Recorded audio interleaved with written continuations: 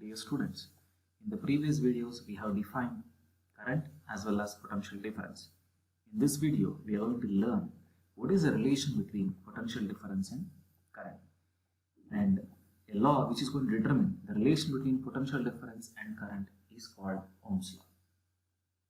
So Ohm's law is a relationship between the potential difference across a conductor and the current flowing through it. That means whenever you are going to connect a cell or a battery with respect to a conductor, so when the key is closed, the current starts flowing from higher potential to lower potential.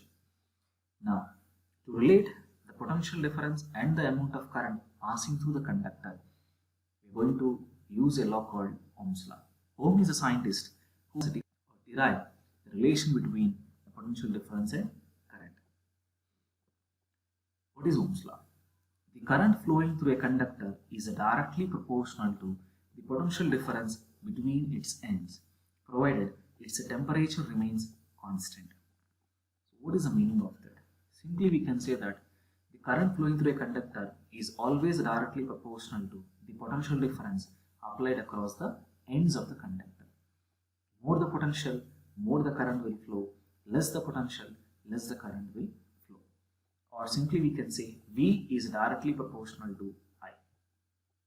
Or if you take the ratio V by I is equal to a constant which is taken as R, where R is called proportionality constant named as resistance for a given metallic wire at a given temperature. Now you can see the circuit diagram also. Here in this circuit diagram there is a cell or a battery, there is a key, and here there is a resistor having resistance R, and across the ends of the resistor we have connected voltmeter to measure the potential drop across the resistor, and whenever the key is closed the current starts flowing from higher potential to low potential. And to calculate the current flowing through the circuit we are going to use a device called ammeter, which is connected in series. So the relation between V and I is represented by Ohm's law. So more the potential, more the current; less the potential, less the current. So the setup for circuit as shown in the circuit diagram. First use one cell and note the current I in the ammeter and the potential difference V in the voltmeter across the nichrome wire AB. Now here the resistor which we have taken is made up of a material called nichrome. So initially what we have to do to find out the relation between potential and current, first we have to connect only one cell.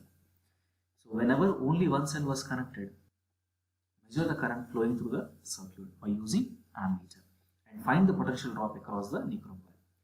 Repeat by using 2 cells, 3 cells and 4 cells and note the readings in the ammeter as well as voltmeter. Now you have readings, you have potential difference and current for 1 cell, 2 cells, 3 cells and 4 cells. Now plot a graph by taking current along x-axis and potential difference along y-axis. Now if you keep the points, the graph will be a straight line. This shows that the current flowing through a conductor is directly proportional to the potential difference across its ends. That is nothing but I is directly proportional to V, or V is directly proportional to I, or V by I is equal to R. This is called verification of Ohm's law.